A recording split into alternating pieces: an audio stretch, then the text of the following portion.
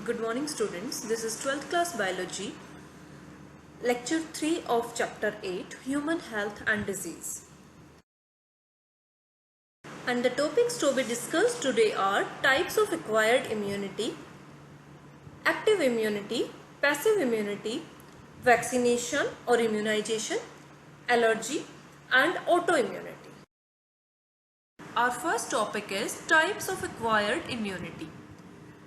And based on the mode of killing of antigen by our immune system, there are two types of acquired immunity. First is humoral immunity and second is cell mediated immunity. So this humoral immunity is antibody mediated immunity. That's why it can also be called antibody mediated immunity, that is AMI.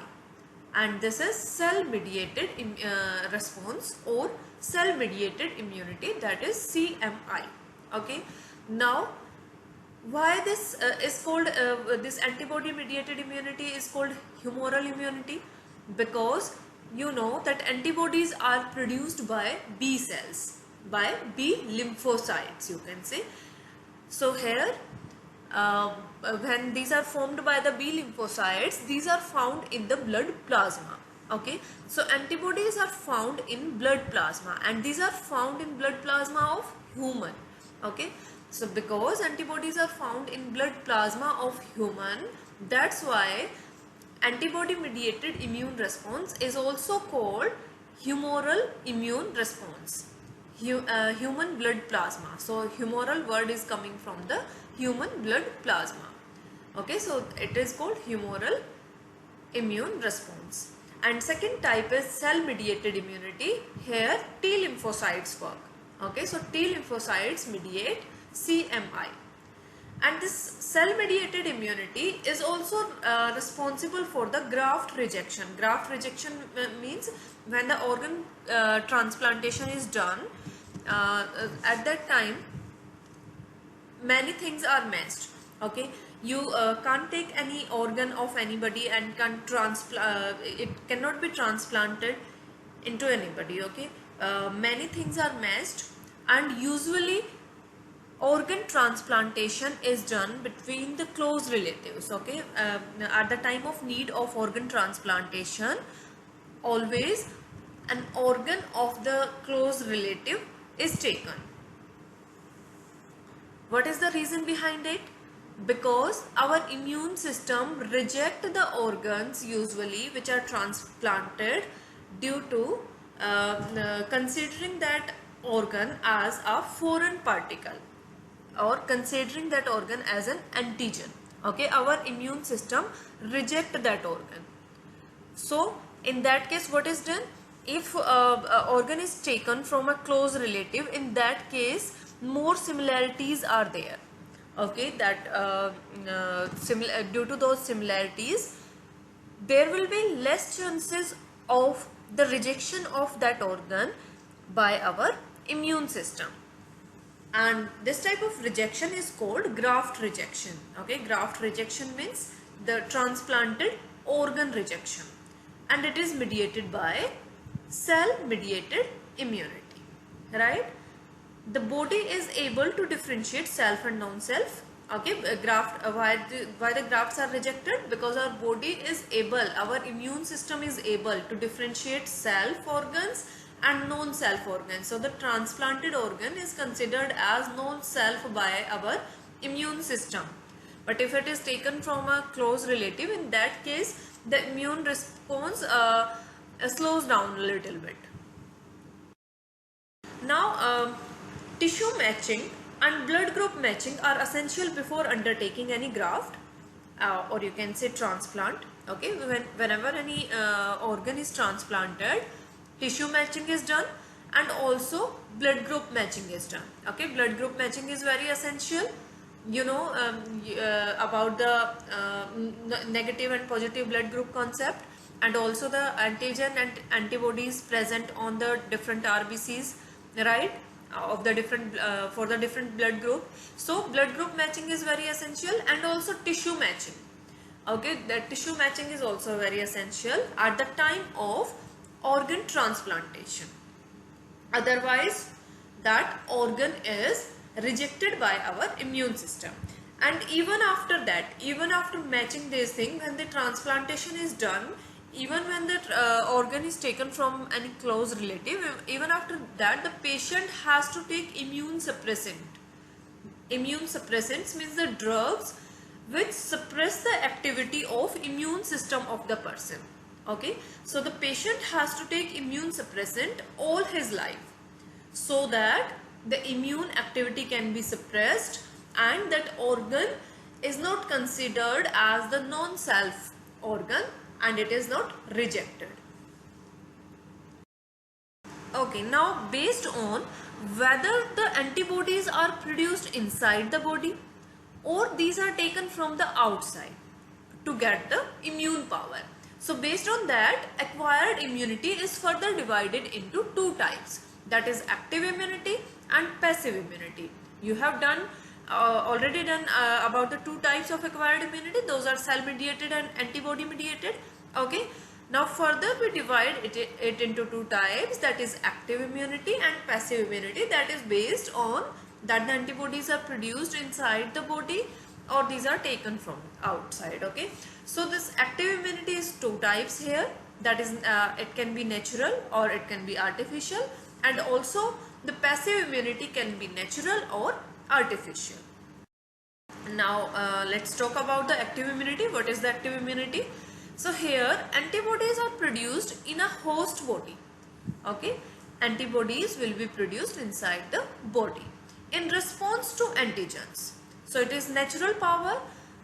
Whenever any antigen enters in our body, enters in any host body, at that time antibodies are produced in response of that antigen to kill that antigen. Okay, so for example, living or dead microbes or other proteins. Okay, so this antigen can be any living organism, it can be any dead organism. Okay, so usually these will be microbes. Okay, so it can be a living microbe, it can be a dead microbe or other protein.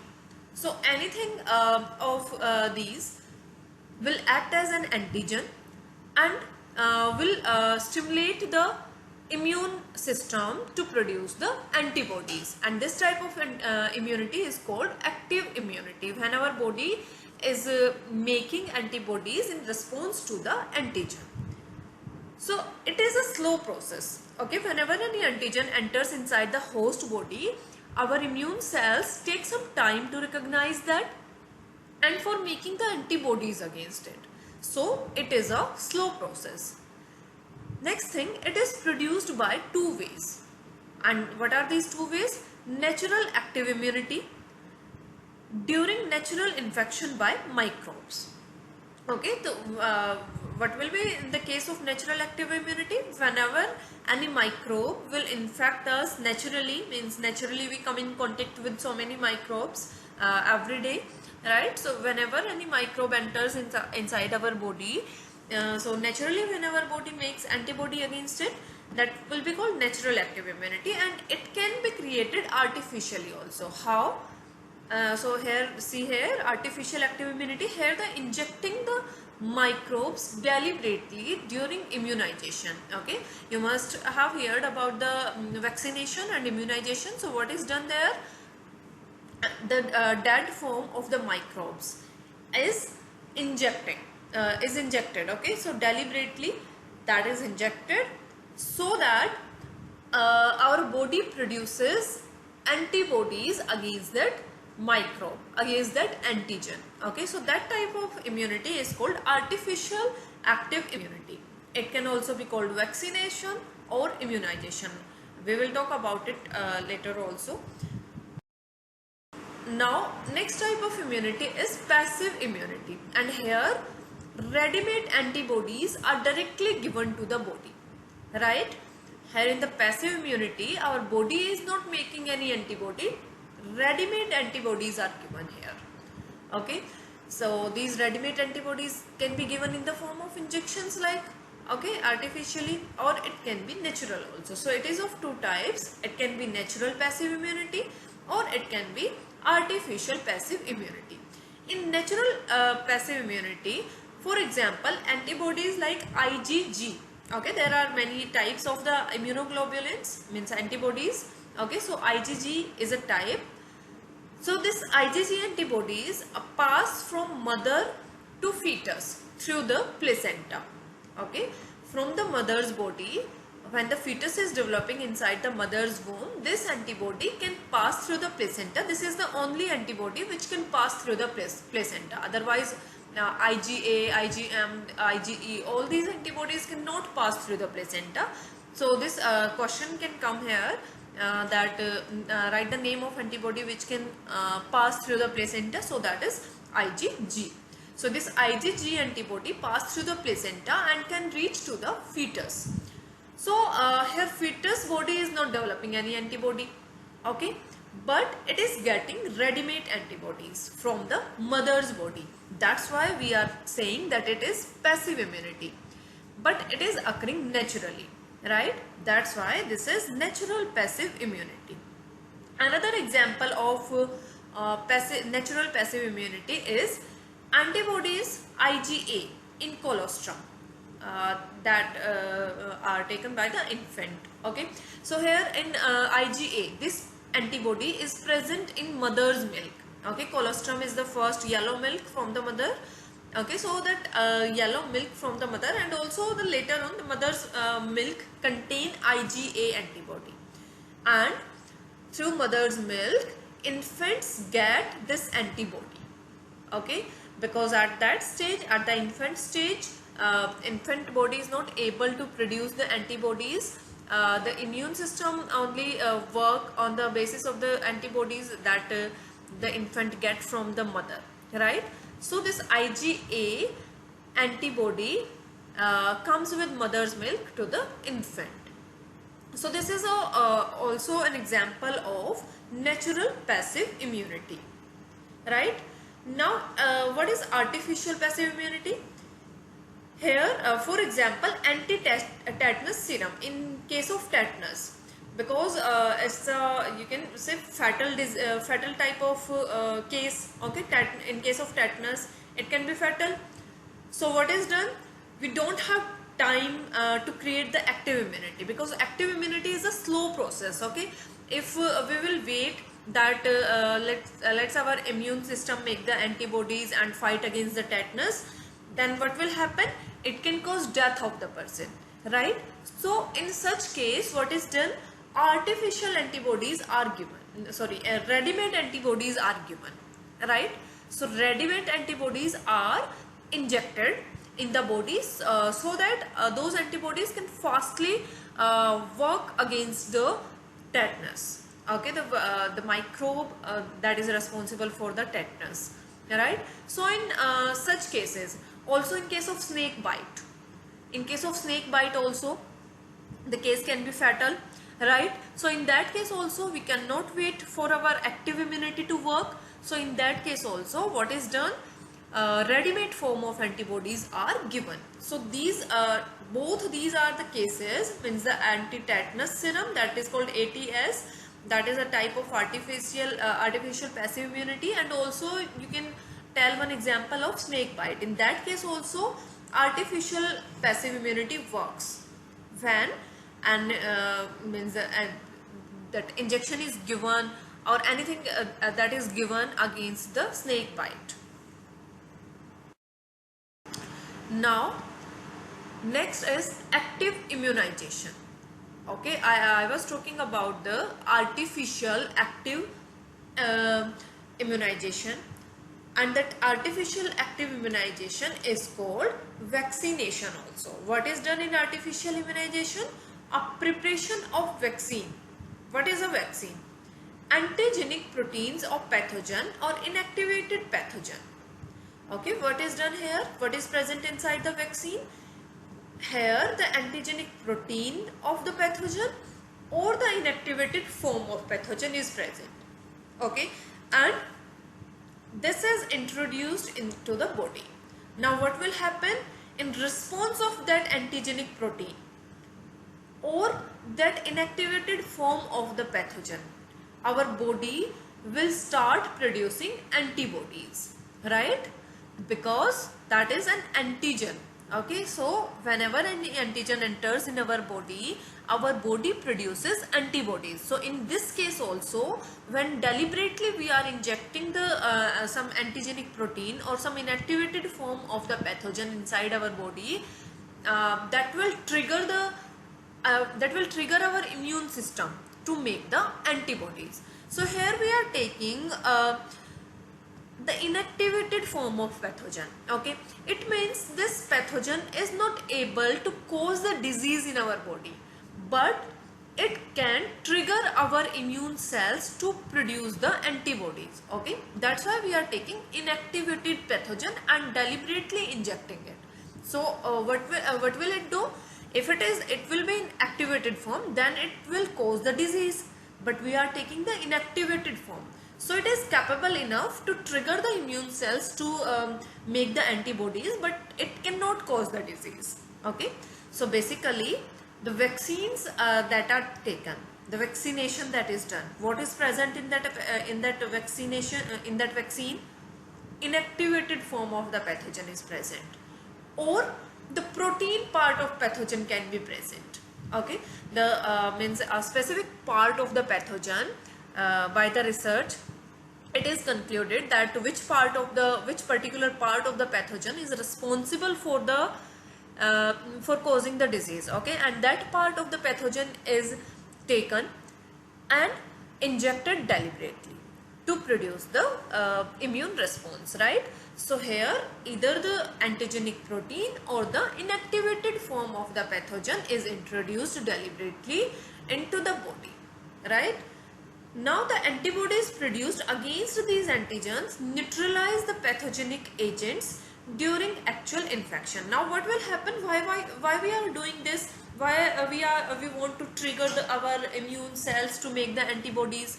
Because what happens whenever any antigen enters in our body make the antibodies, and also our body makes some memory cells. Okay, memory against that pathogen. And I told you about the primary response and the secondary response, right? I told you that primary immune response is slow response, while the secondary immune response is the enhanced response. Okay, and that is fast response. So what will happen?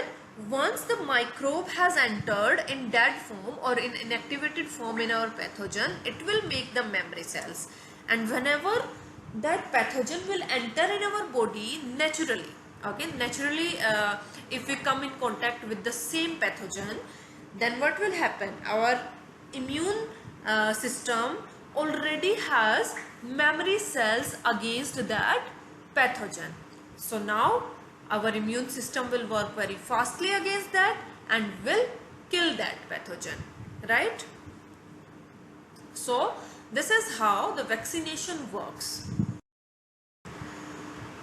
The vaccines also generate memory B and T cells, right, that recognize the pathogen quickly. For example, polio vaccine, hepatitis B vaccine, and DPT vaccines. Okay, all these vaccines, you know, these are given to a child. Okay, to protect the child against these microbes. If the child naturally comes in contact with the microbes for these disease, then after taking these vaccines, the child will be protected. Okay, here vaccines are produced using DNA recombinant technology. Okay, you don't know about DNA recombinant technology at this point.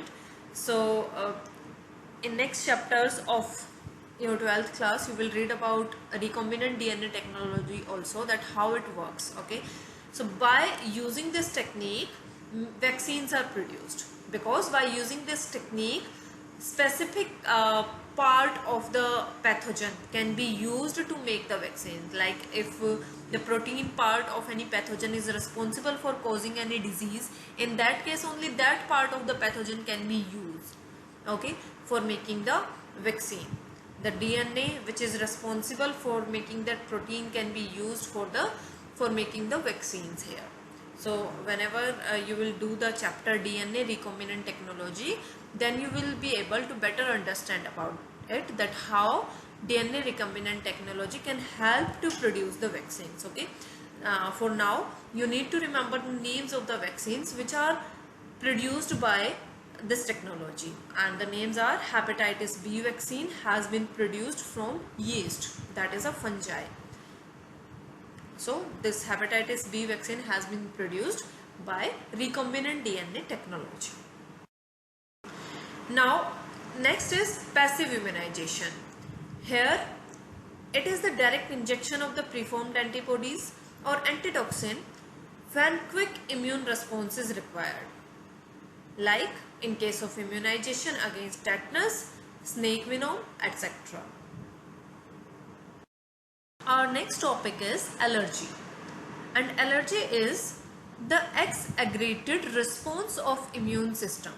Exaggerated means over, so over response of the immune system to certain antigens present in the environment. Okay, exaggerated response means the over response or the greater response that is required actually against those antigens.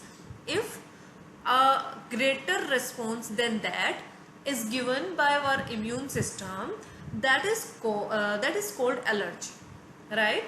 And there are so many antigens present in our environment, like in the form of pollen grains, dust. Okay, whenever our immune system starts overreacting against those antigens, then it is called allergy. Now allergens. Allergens are the substances causing immune response. So any of the antigen that is responsible for the overreacting of the overreacting of our immune system, that will be called a allergen, and these allergen can be different for different persons. Okay, for example, some common allergen names are given here. Those are mites and dust. Okay, here you can see these are mites, so these are called dust mites. Pollens, animal dander like pet dander. Okay, pet dander like their hair particles. Okay, and also sometimes the fungi mold. Okay, so all these things can act as allergens and can cause allergy. So that allergy can be in the form of sneezing, okay, or it can be in the form of any skin allergy. Now allergy is due to the release of chemicals like histamine and serotonin from mast cell. So mast cell, these are also part of our immune system. Okay, and what happen in the case of allergy, in response of any of these allergens, our mast cells start releasing the chemicals histamine and serotonin.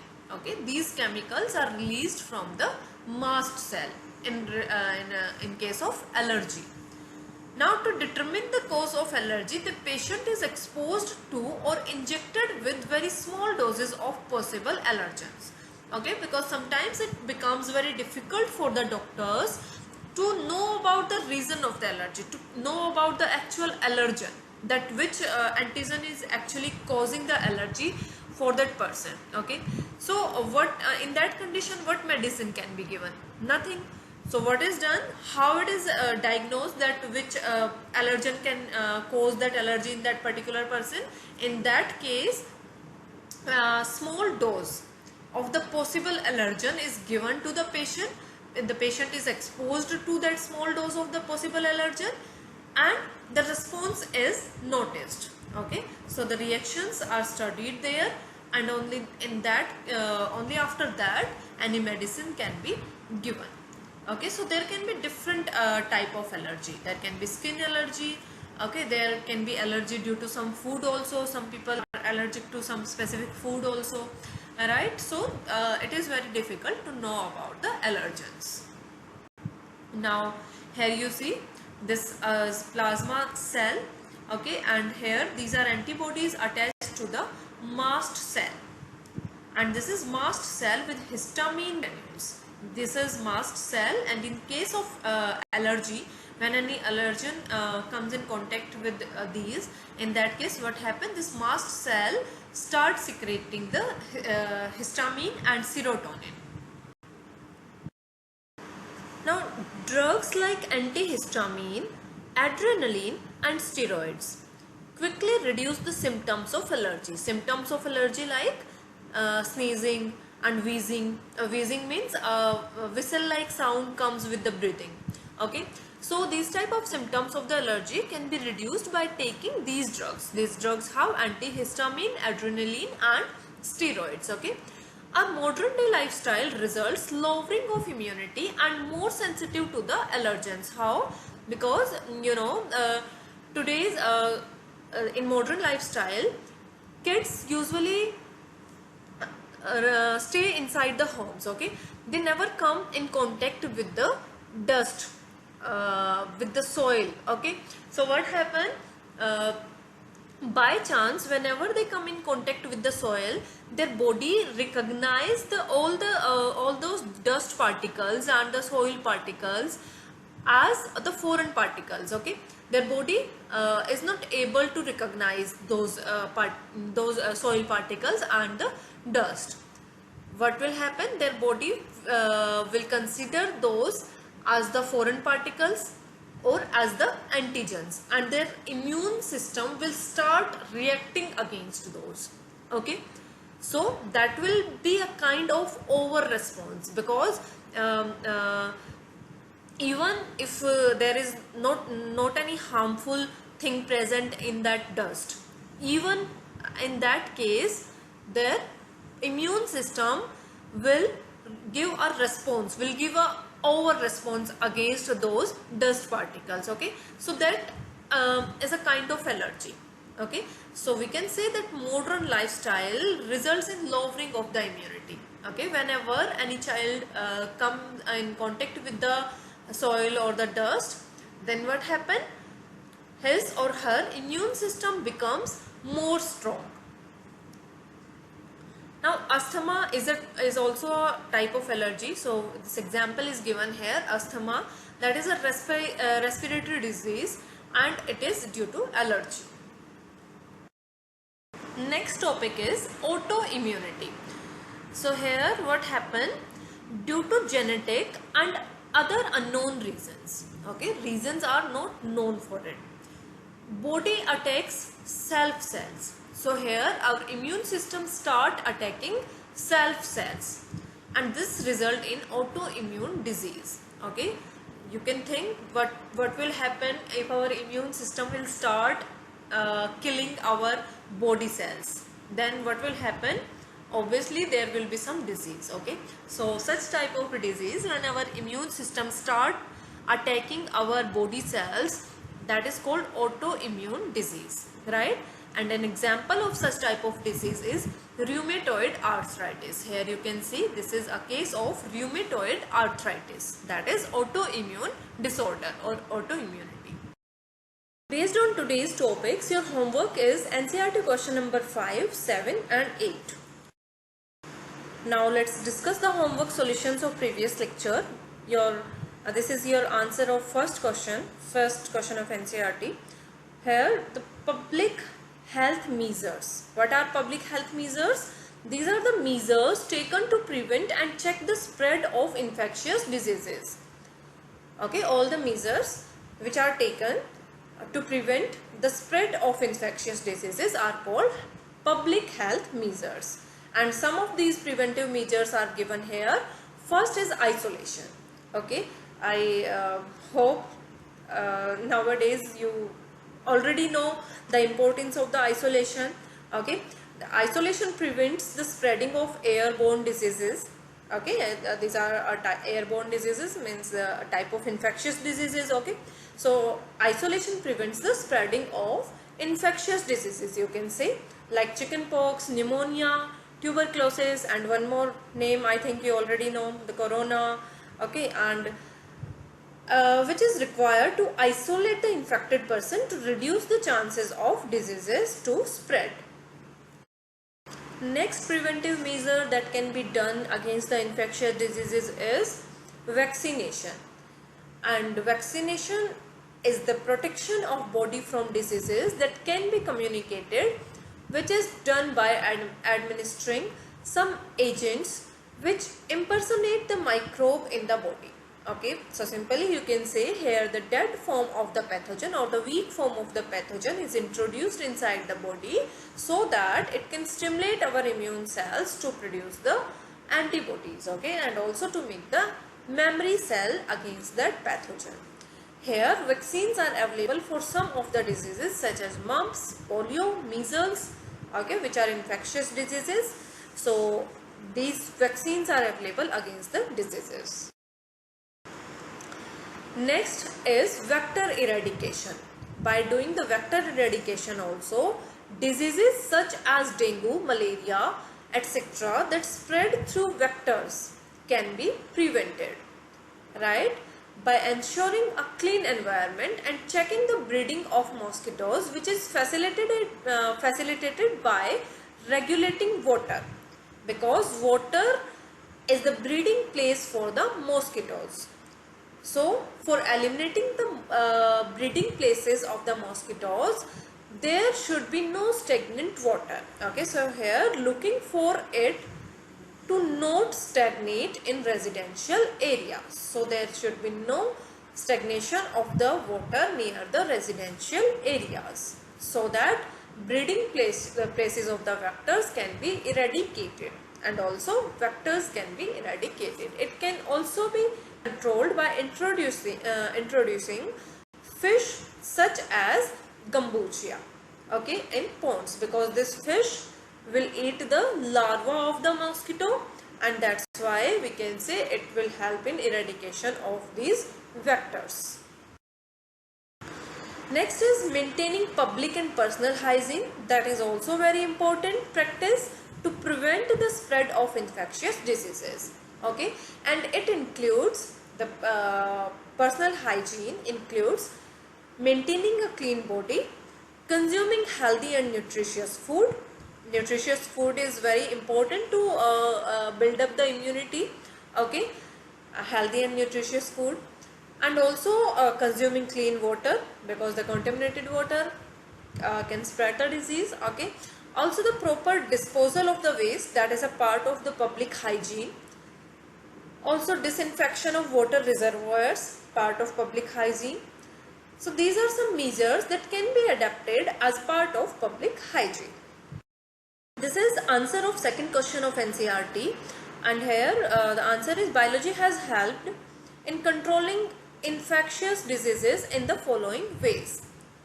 With the help of study of the organisms, we will be able to know that how that microbe is responsible for the transmission of any of the disease, okay. So it will help us in the following ways. First, the complete eradication of fatal diseases such as smallpox, okay. Smallpox is a fatal disease, so its complete eradication has been done, and it was possible with the use of immunization schemes and vaccines, okay. So these immunization schemes and vaccines are a part of biology. So biology has helped us in this way in controlling smallpox type of infectious disease, right? Next way that how the biology has helped us, other infectious diseases such as diphtheria, polio, pneumonia, etc. have been successfully controlled, okay. These diseases have also been controlled with the use of vaccines. So all these disease vaccines are given in the childhood, and these diseases can be controlled. Next is treatment of several infectious diseases have successfully been carried out with the use of antibiotics and other drugs. This is answer of question number 3 of NCERT. Here the name of disease is given and the mode of transmission, okay. So disease amoebiasis, and this disease how it is transmitted by ingestion of cyst of anti-amoeba histolytica. Anti-amoeba histolytica is the pathogen responsible for the amoebiasis, and here the mode of transmission is by the ingestion of cyst of the anti-amoeba histolytica. Why? Contaminated food and water. right? Cyst can be passed from the feces to the patient of water and food. Next is malaria, and here it is caused by Plasmodium. You know, name of the pathogen responsible for malaria is Plasmodium. So Plasmodium, or the malarial parasite, is communicated to a healthy person from a patient when bitten by a female Anopheles mosquito, right? Next disease is Ascariasis, and it can be transmitted by ingesting contaminated water and food with the embryonated eggs of Ascaris. So, in water or food, there can be eggs of Ascaris, and by consuming such water and food, this disease can be transmitted. Next disease is pneumonia, and pneumonia, because it's a airborne disease, okay, so it is transmitted by droplets and sputum given out when the patient coughs. Okay, so from the patient cough, sputum and droplets can transmit the disease pneumonia. It is a bacterial disease. Now this is answer of question number 4 of NCERT. Measures taken to prevent waterborne disease. Okay, so obviously first will be provision of clean water for drinking. So clean water should be used for the drinking to prevent the waterborne disease. Next is industries should be prohibited from discharging waste into water bodies. Okay, this is the biggest reason for the water pollution, right? And it causes the water contamination. So industries should be prohibited of doing that, right? So that water pollution can be inhibited.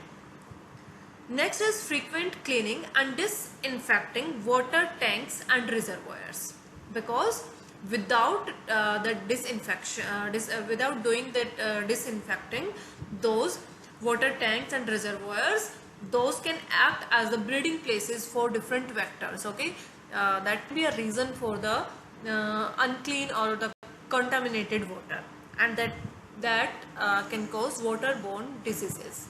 That's why it is very necessary.